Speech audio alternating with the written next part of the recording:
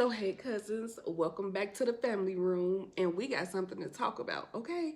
So, in today's family discussion, we're going to talk about how, drum roll, please, now I'm saying, we're going to talk about how you are removing and how you have moved on and the steps you have taken to move on. So, the first thing is first, you have to realize where you are and be truthful with yourself, including the mistakes that you have made, right? So once you get yourself together, you have to look at who is around you, who's surrounding you, and what purpose they have in your life. Are they surrounding you with positive things, or are they bringing you down with negative things and negative energy and negative things that maybe you once participated in, right? But you are ready to change your life. You are tired of being sick and tired of doing the same old thing and being the same type of way. So you have removed yourself from these people once you realize who was negative around you. And a lot of times it be a lot of people, okay? It be family, it be close friends, it could be people that you have known all of your life. But in order for you to become the best version of yourself, you have to let go of some relationships that's going to hurt your heart. A lot of times we are have a ball and chain on loyalty, on titles, what this person is to you. But if it's detrimental to your mental health and where you're going, regardless of what title they hold in your life, what are you going to do for yourself? And I truly believe it all starts with you. Of course, it starts with Jesus, of course, that. But then after him is you, because you have to put in the work. But once you realize that, I have to remove myself from this environment, then you have to make changes in relationships. And that's not the easiest task to do. Like I said, we be so bent on titles that we don't want to let go.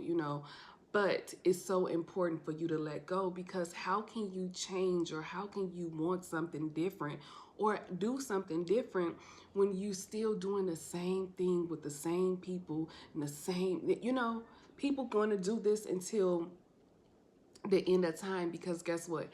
They don't desire change. They want to be comfortable where they are, and that is their life. You can't control them. You can't want more for them than what they want for themselves. But what you can do is save yourself. Save yourself. Pray for those people that you love, and pray that they're gonna catch up. They're gonna get to it. But you have to have stern boundaries. You can't be where God is taking you. You can't be weighed down by the toxicity, by the things that no longer serve you purpose. You just can't. You can't. And you just have to move with grace, and you have to trust the process. And a lot of times you're going to walk this journey alone, but you're never alone, because God is with you, and he will send people into your life that is more on the mental level as you are, not making the same mistakes, or who desire to be different and want more out of life. And when you get those people, then you'll see the difference between the old toxic relationships that you have versus the newer relationships. And don't be afraid to build. Don't be afraid to open yourself up to relationships, because if you're just comfortable with what you know, how can you experience new things, new people?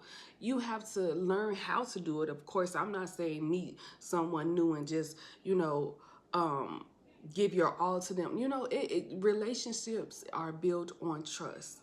For example, I have this friend, right? She's my dear friend. She know who she is. I love her to the world and back. I love her so much.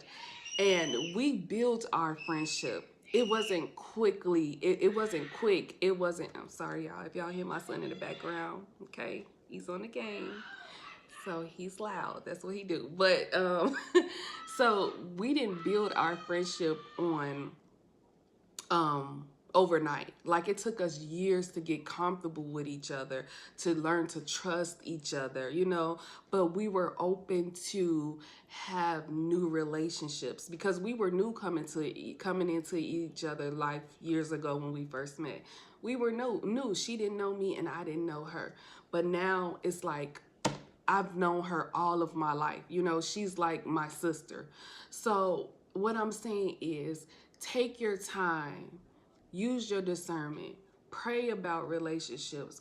But most importantly, and the whole moral of this video, believe it or not, it's not about friendships. It's not about your toxic people that you need to leave. And, you know, those are parts of it. And you know in your heart who's there for you and who's not. You know when you try to discuss something besides the normal conversation, whether that, you know, like, you, if you know, you know. But the whole moral of the story is this: be open to build new relationships. Protect yourself. Like I said, pray about it. If you don't have peace about it, if you see anything that, you know, that is not right or whatever, then of course you have to remove yourself from it. But be open to new things, new relationships, and all type of relationships. Don't just be okay. Don't say this is okay because it's familiar, because familiarity can be toxic. You can be familiar with toxic behavior, but because you know it also well, this is where you're comfortable with.